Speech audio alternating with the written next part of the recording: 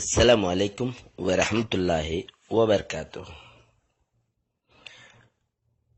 আজিয়া 29 তারিখ মাস 2017 আই নূর ফাত্রিকিলা অনারারে দিয়ান হতা হইর এডে জিন নিকি রোহিঙ্গার হামগরইনা দুনিয়া আগাগুড়া মানছে রোহিঙ্গার হামগরইনা বহুত গরইনা বহুত আছে লেকিন নিজের হাম নিজে ন গড় দইলে শুনিকি আইরে গড়ি নদিব দিয়ান শখ সারা নিজের হাম নিজে ন গড় দইলে শুনিকি আইরে গড়ি নদিব দিয়ান শখ সারা ইয়ার নিজের হাম যার গরু হুড়ত বা জিতা তুলে সত্যি ধরা বড় হদ্দা হামা খাল্লা সত্যি ধর ইয়ানে বেহতর দুনিয়ায় কিছু সনো সিকিউরিটি কাউন্সিল ইম বিচার দিলে বিচার ন মানে দি তাল্লা কিনে দিয়ে কেসু নাই দিয়ান এখিন গড় বিচার দিলে বিচার ন মানে দে বিচার ন মানিলে হিতাল্লা একিন করে হেতে দিন হইতে হইতে জুল্লেও যাইব গই ফুজ্জও যাইব গই জিয়াম ফুরে আম বলে হুকুমতের এড়ে যাগই হন দুনিয়ার মাঝে কানুনি লাভ পাইও আজি শুনিছ ডক্টর উইমিং হদ্দিতে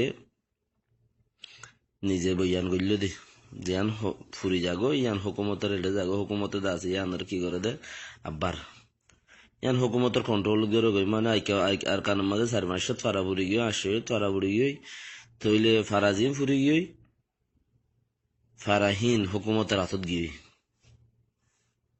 ফুরি গিয়ে গা হুকুমতের হাতত গিয়ে কি কানুন আর ইন দিয়া যাদে ইন একখানা করি রে দুনিয়ার মানুষে ফোনি বললাই ইনলে হদুন চিজ দেয়া যায় ইন একখানা লাইক শেয়ার করছো বেশি বেহতর হবে। আসসালামু আলাইকুম ওয়া রাহমাতুল্লাহ। This important debate regarding the violence and persecution being faced by the Rohingya community in Myanmar, and to add my voice to the call for strong action by the international community to put an immediate end to the violence.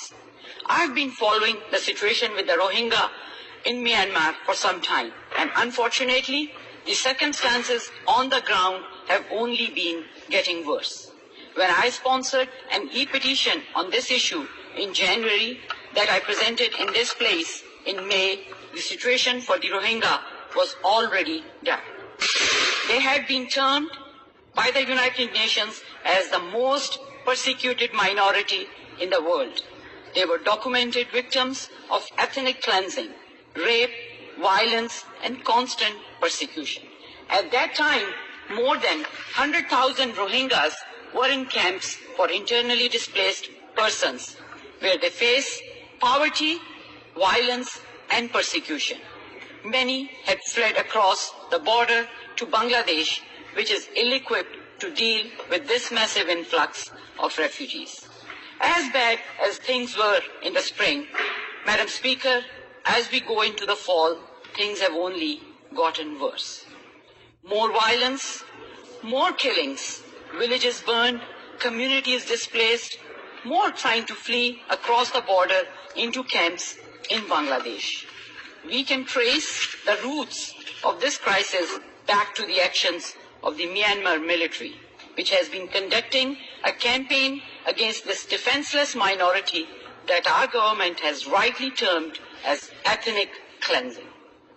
According to United Nations figures, more than 400,000 Rohingyas have fled for their lives to Bangladesh in just the last few weeks. There have been extrajudicial killings, entire villages have been burned to the ground, and landmines are even being planted to prevent people from fleeing across the border to safety.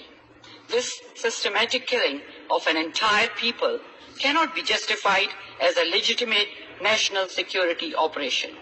No security concerns justify rendering a population stateless, burning their homes, and the systematic killing of an innocent civilian population.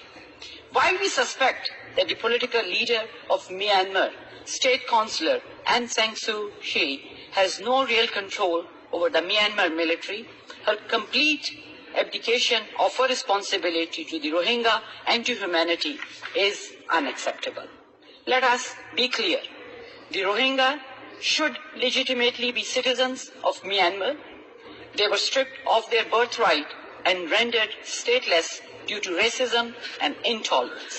Whatever their legal status, they are as much her responsibility as every other citizen of Myanmar. But that shouldn't matter. Madam Speaker, we often talk about the Rohingya Muslim minority, but these aren't just Muslims. This isn't about race or ethnicity or religion.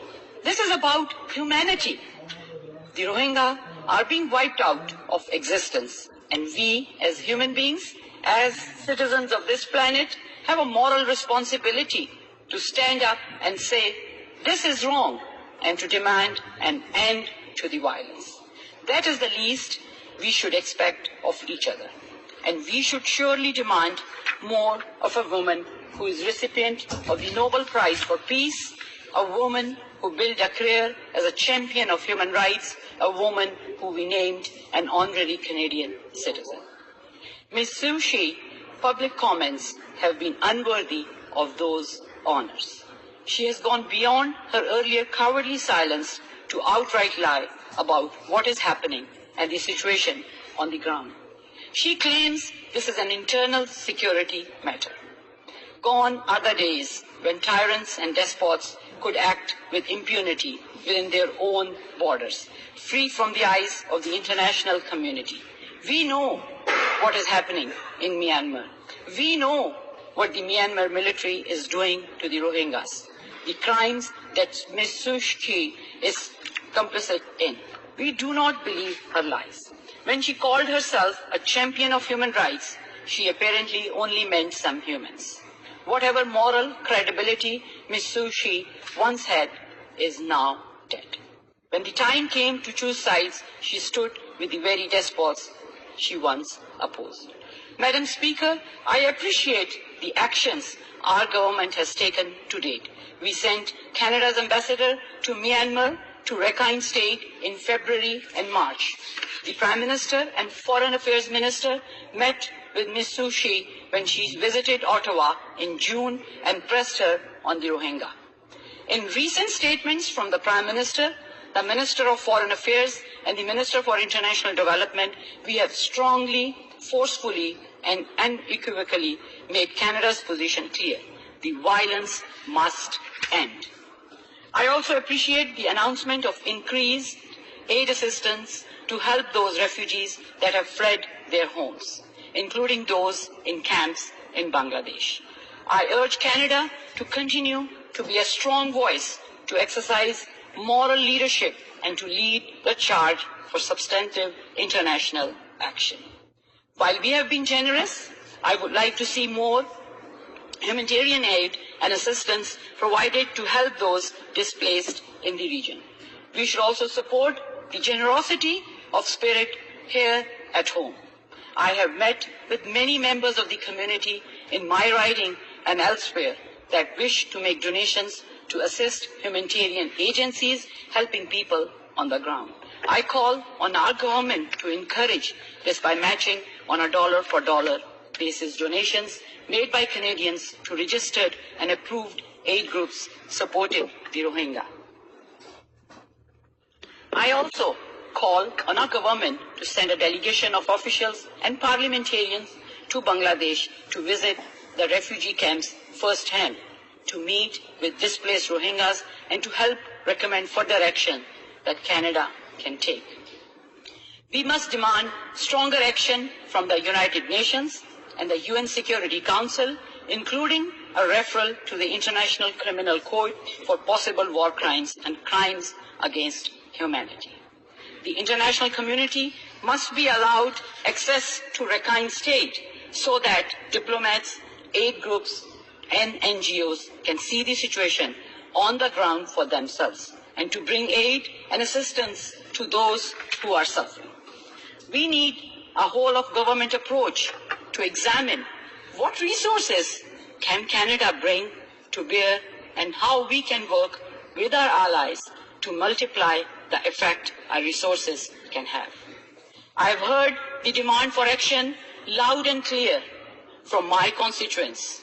I have held roundtables in Scarborough with the community leaders and attended several protests in Toronto, where thousands of ordinary Canadians have come out to raise their voice. Canadians are deeply concerned about the violence of the Rohingya are facing. I thank Canadians for their passion and for their activism. I bring their voices here to Parliament and I add my voice to theirs. This is a time, Madam Speaker, for members of the International